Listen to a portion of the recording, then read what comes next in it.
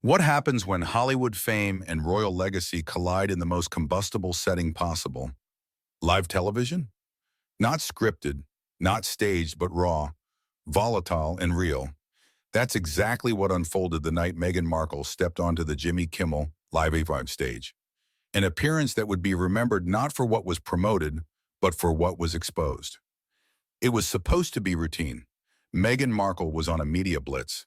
Her new docuseries, focused on women's empowerment through storytelling, was earning mixed reviews, adored by fans, criticized by traditional press. But tonight, the strategy was simple. A calm, controlled appearance with Jimmy Kimmel to humanize the Duchess again. Laugh a little, share a story, plug the series. That's what the publicist had promised. That's what Jimmy had agreed to. But something was off from the moment she arrived. The usual green room chatter was missing.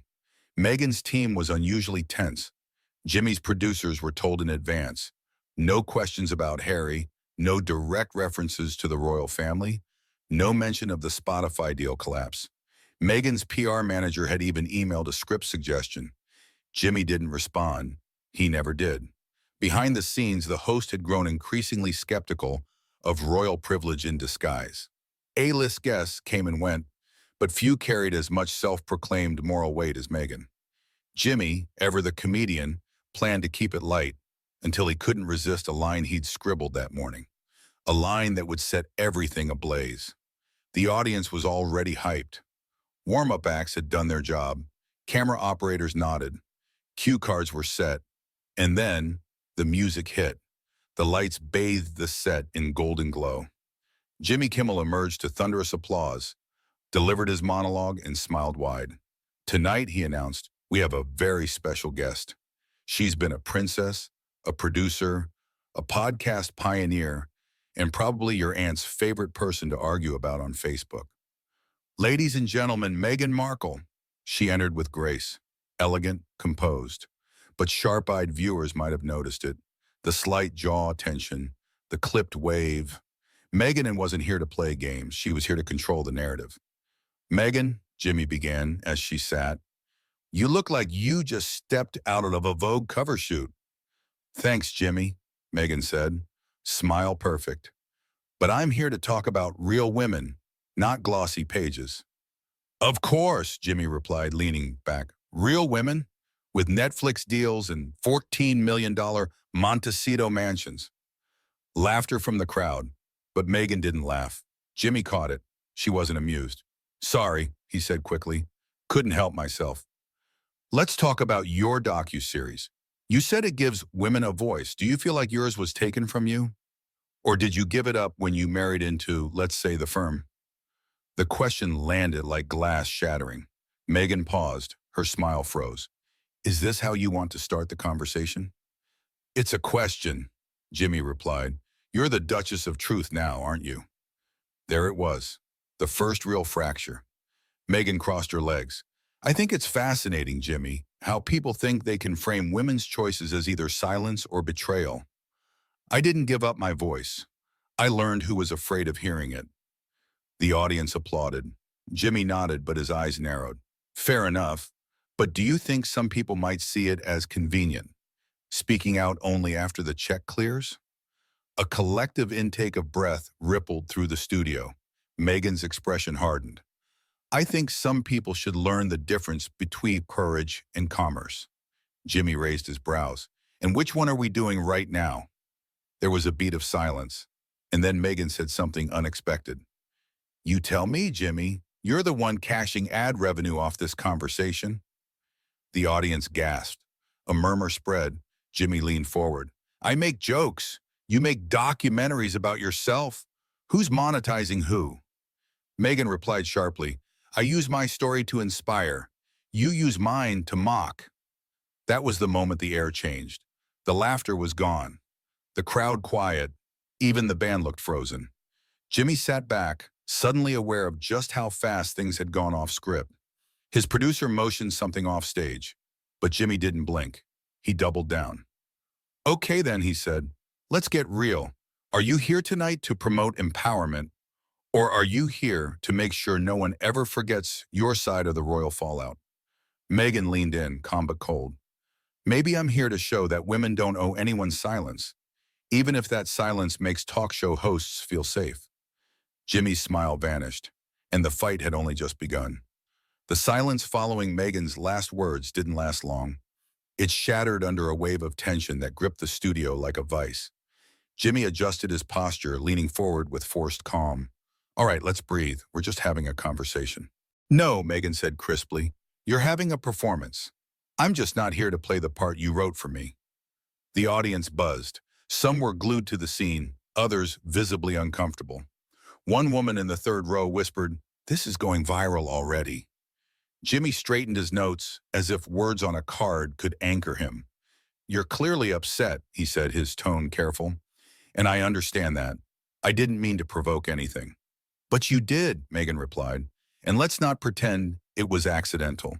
You were ready for this. Questions masked as jokes, assumptions masked as curiosity. Jimmy looked past her, as if searching for help from the control booth. But this time, even the producers weren't sure what to signal. He turned back. Look, Meghan, we've had a lot of people on this stage who've faced criticism. Presidents, pop stars, authors. They all understand this is part of being in the spotlight. Meghan raised her eyebrows.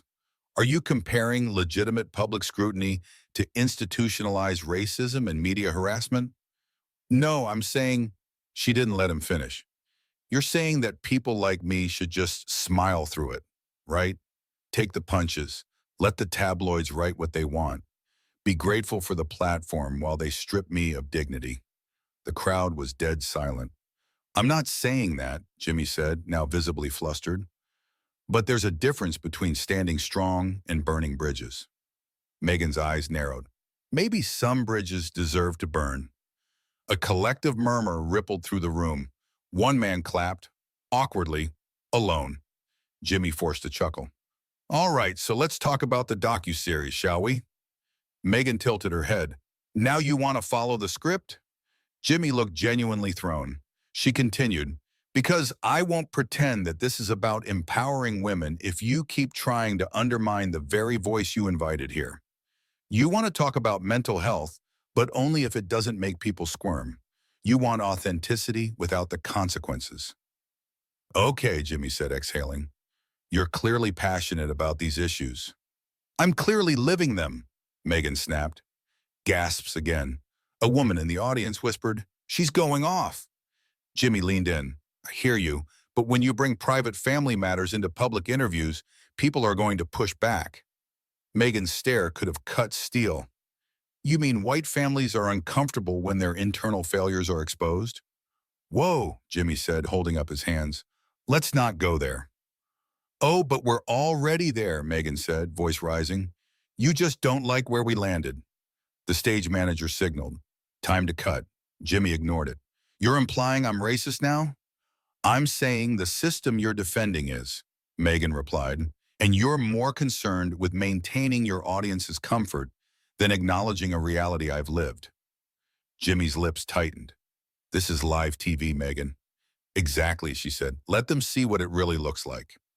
Security moved subtly to the stage's edge, not because of danger, but because the chaos had reached a point of no return.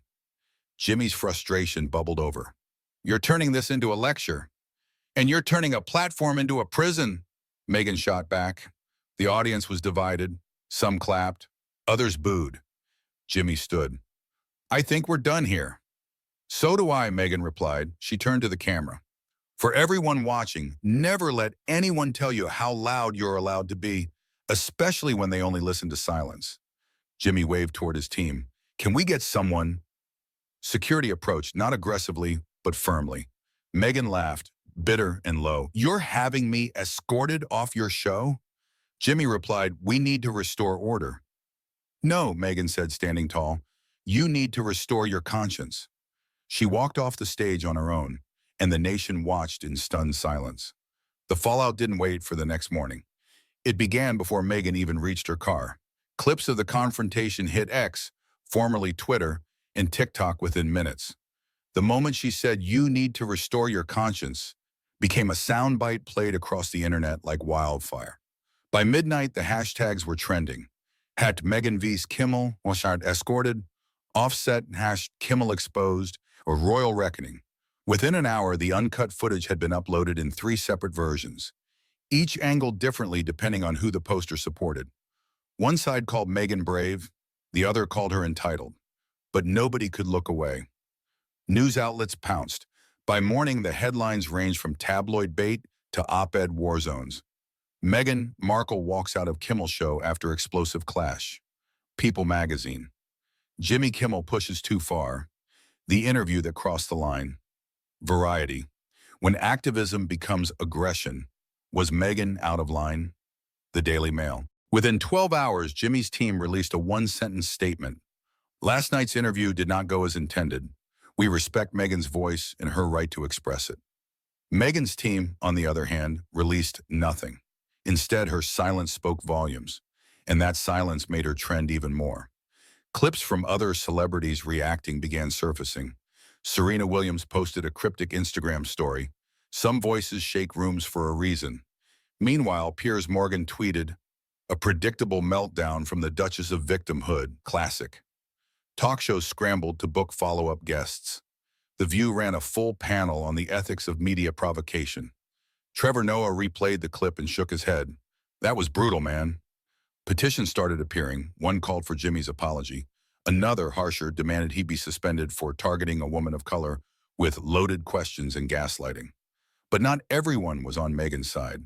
Many claimed she overreacted, accusing her of weaponizing identity whenever challenged. The video crossed 50 million views in 36 hours. And then it got worse. A behind-the-scenes clip leaked, a camera angle never meant to be aired. In it, Jimmy could be seen before the taping joking with his head writer. Let's see how long she lasts before the halo cracks. That clip broke the internet. Suddenly, Jimmy's defense that he meant no harm evaporated. Sponsors pulled back. A coffee brand removed its banner. A major streaming deal Jimmy had lined up for a comedy docuseries stalled. ABC released a follow-up statement. We take the responsibility of respectful dialogue seriously and are reviewing our internal protocols.